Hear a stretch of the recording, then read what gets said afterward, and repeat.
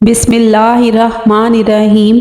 ناظرین، حضرت علی رضی اللہ تعالیٰ عنہ نے فرمایا، جب تم دنیا کی مفلسی سے تنگ آ جاؤ اور رزق کا کوئی راستہ نہ نکلے تو صدقہ دے کر اللہ سے تجارت کرو۔ عورتیں بدن پر موٹے بالوں سے پریشان ہیں تو گرم چیزیں کم کھایا کریں۔ داڑھ میں درد ہونے لگے تو روئی پر لونگ کا تیل لگا کر داڑھ پر رکھ لیں، آرام آ جائے گا۔ جن بچوں کی یادداشت کمزور ہو وہ اخروٹ کھائیں، جو کا دلیا بنا کر کھایا کریں، اس سے شوگر دور ہوتی ہے۔ باجرے کی روٹی میں طاقت کا طوفان ہے۔ حضرت علی رضی اللہ تعالیٰ عنہ نے فرمایا، جو شخص بے بسی کے وقت 5 بار یا رحمان کہے، اللہ پاک اسے بہت کچھ عطا کرتا ہے، اس کی ہر دعا قبول ہوتی ہے۔ کھجور کو خوشی کا پھل کہا جاتا ہے۔ قرآن پاک میں 20 سے زائد مرتبہ کھجور کا ذکر ملتا ہے۔ حدیث مبارکہ میں کثرت سے کھجور کا ذکر آیا ہے۔ کھجور استعمال کرنے سے جسمانی کمزوری دور ہوتی ہے۔